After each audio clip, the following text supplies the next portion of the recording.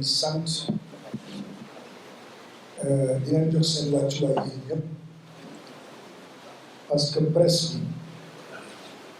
daf di loo xam ne lu important la ci biir réew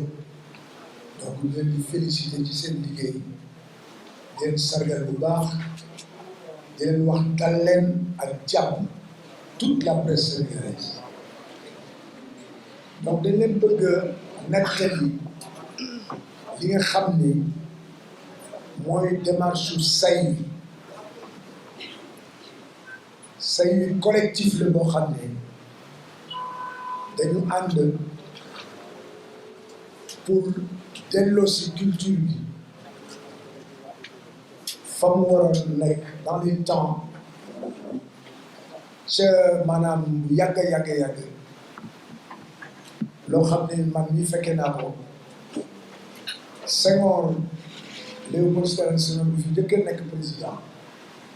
bu daan dem ak réew mi mos a dem culture moo koy accompagner waaw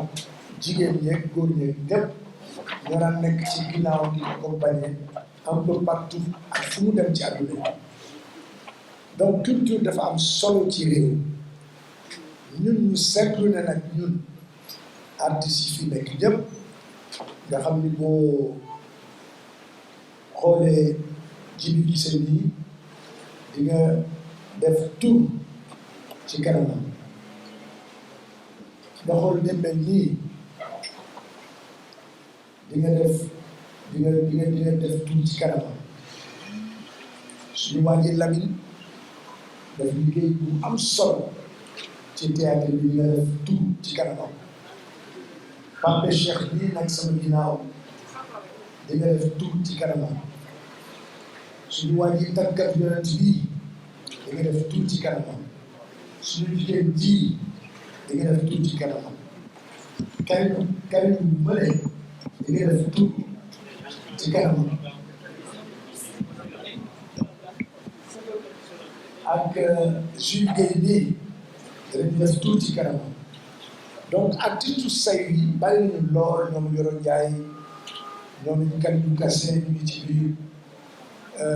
même Thione Seck jot naa mu ngi ci biir ñoom ñu bari waa Seck ñu bari ñu ci biir mais comme dañ ñëwoon rek tey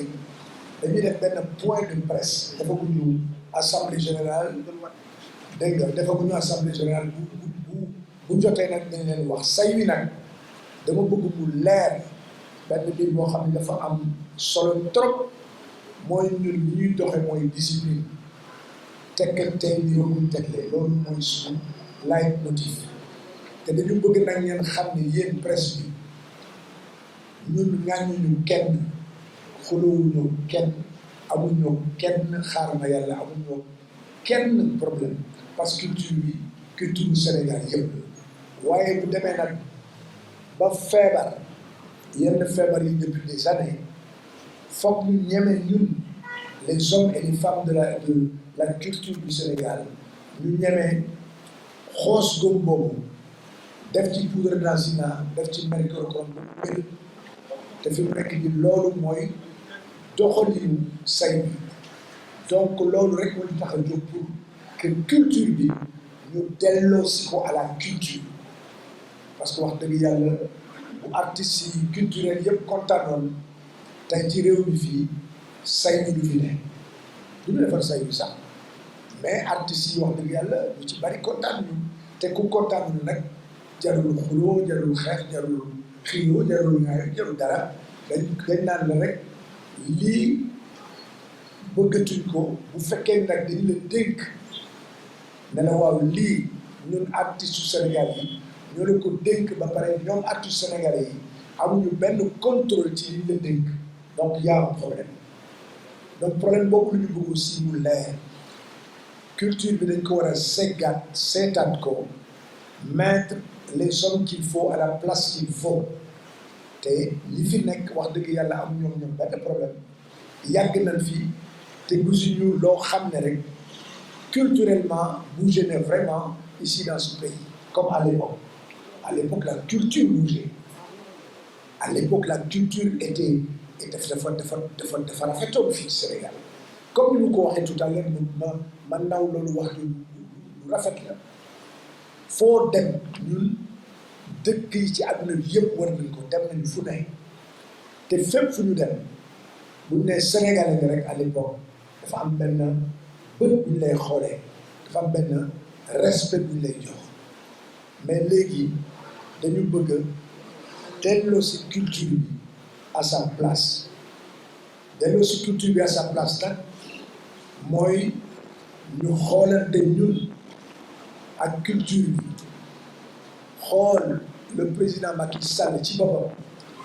ne ko président dimbali ñu rek pour que ñu delloo si waat culture bi à sa place parce que wax dëgg yàlla comme ni ma ko waxee tout à l'heure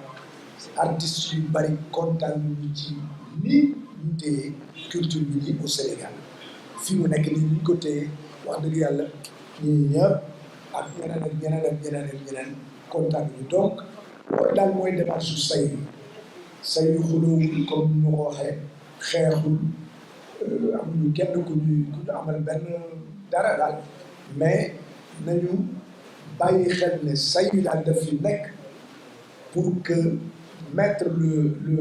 la technique au service de l'émotion mooy jël culture bi jox ko acteur culturel du Sénégal ñu teg ko seen loxo parce que tout à l'heure dama wax benn affaire bu important mooy ni bu la dénkee dafay mën a seet bu la dénk quoi mais da lay dénk ba pare bu la laajee sax ne la par exemple dama soxla nga wax ma ñaata nit ñoo nekk ci li ma la dénk ñoo la déedéet loolu fi amee ñu ne non waroo laaj yow te pourtant yow yaa ko dénk mu ne non waruloo laaj kooku loolu lan lay dund donc loolu la ñu bëgg aussi mu leer gars yi ñëw transparence boobu amul feneen say mi ñu bëgg a ñëw teg une transparence fii képp ku nekk ci say yi li may foyee di ko wax souvent mooy together as one mooy lu kenn wax moom la ñëpp wax bu ñu amee 100 francs boobu lañ koy teg fii ci table bi ñi ci war a jariñoo ñu décider nan lañ koy jariñoo mais du ñu dénk suñu alal ay nit ñu xam ne dañ naan ñu déet doo leen xam fu ñu dugal alal bu wala doo leen xam naka lañ ko séddalee c'est incroyable ça donc ñu interpeller vraiment le chef de l'État pour ça président Macky Sall loolu lañ koy wax artistes yi wax dëgg yàlla monsieur le président kontaan ñu te nii lañ koy wanee nii lañ koy waxee nga jàppale ñu nag ñu changer culture bi dans sa globalité xam nañ ne sax que waaw am na lettre yu ñu sol yu ñu yónnee affaire yooyu mais dañu bëgg profondément nga dimbali acteurs culturels yëpp di jariñoo ci culture bi nga xam ne ñoo ko moom sama wax nag foofu lay yam loolu mooy say di leen gërëm di leen sant vraiment di leen gërëmaat di sant waa say yëpp di sant sénégalais yëpp di sant presse sénégalaise